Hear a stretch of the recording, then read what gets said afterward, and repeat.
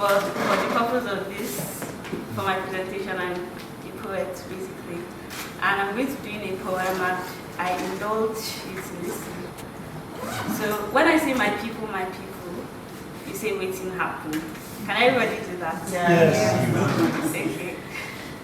My people, waiting happen. My people, Waiting happen. After I heard of the snake that swallowed millions of naira, I didn't believe that there would be any greater show of tragicomedy in Nigeria. Nollywood hasn't failed, neither have the producers of Nigerian memes, but obviously they have a superior, and that is the Nigerian government, or should I say, the government of UAR. And they are at it again, teaching us that being born into Africa's giants means war. Our bodies were crafted as defense in the fences of our mother's wombs. If there is anything that the human body is good at, it is adaptation. And Nigerians are pros. We have learned to die and resurrect after the wilting of our bones, make dead skeletons weapons for war zones, paint pain as humor. And they want to take that away from us too. I guess it is a Nigerian art to tie tongues that long to loosen the knots of bondage. If you doubt me, let's date back to the massacre at Lekki Tollgate. How could we hear that youths were put to death holding the Nigerian flag, upholding their own nation, their nation, put them 6 feet under? Youths that sowed revolution reaped death bountifully. Indeed, we are making history with stories that might never get to textbooks. And maybe in centuries to come, this history will be called mythology. You won't find us in those books because those books weren't for truths, and truth is the stone in our throats that we can't gulp down or spit out because it is too heavy to take in and almost impossible to spit out, because speaking up for your rights in Nigeria is similar to fighting in the front line. No one wants to because they don't want to be the first one to get wiped out. Okay, fine.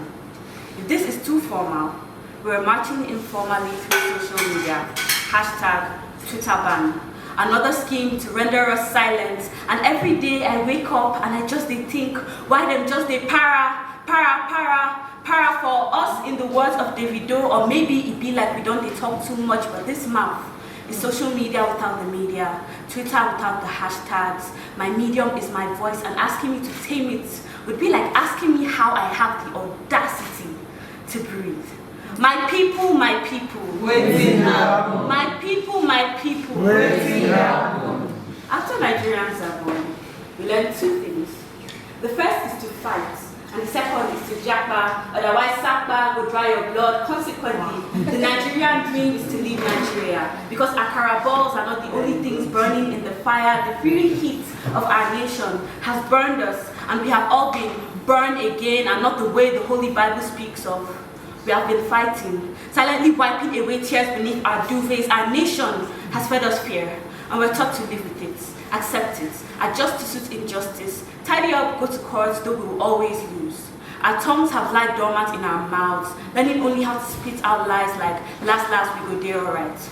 Everyone is rushing to study medicine, and after convocation, we have the inability to nurse this sick country to health, and even after law school with the white collar, we have only the right to remain silent. Lawlessness is the rule of law in Nigeria, striking our callous palms to our chests and reciting a pledge we do not pledge to. How can we be faithful to a country that has rendered us faithless? My people, Waiting happen. my people. Waiting happen. After I heard of the snake that swallowed millions of naira, I didn't believe that my country could have any more tragedy or any more comedy to remedy the tragedy. But hold on, I'm not here to rant on about our problems. They say Nigerians complain too much, and it's true. But after listening out a litany of reasons, I hope I have convinced you and not confused you to use your voice, because it is our only choice now. This voice is in your PVC, this voice is in education, and the seed we plant in the hearts of every child we meet. And maybe in generations to come, we will leave a great harvest for them to gather, and it starts with you, and it starts with me, and the diversity in all of our nations and in all sectors.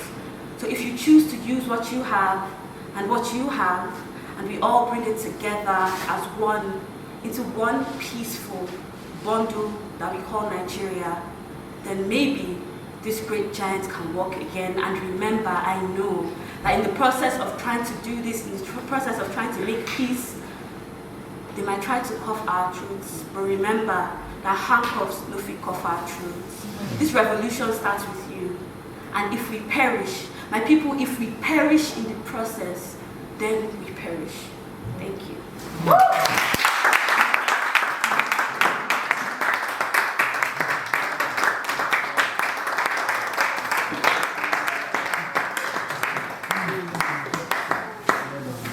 Yeah.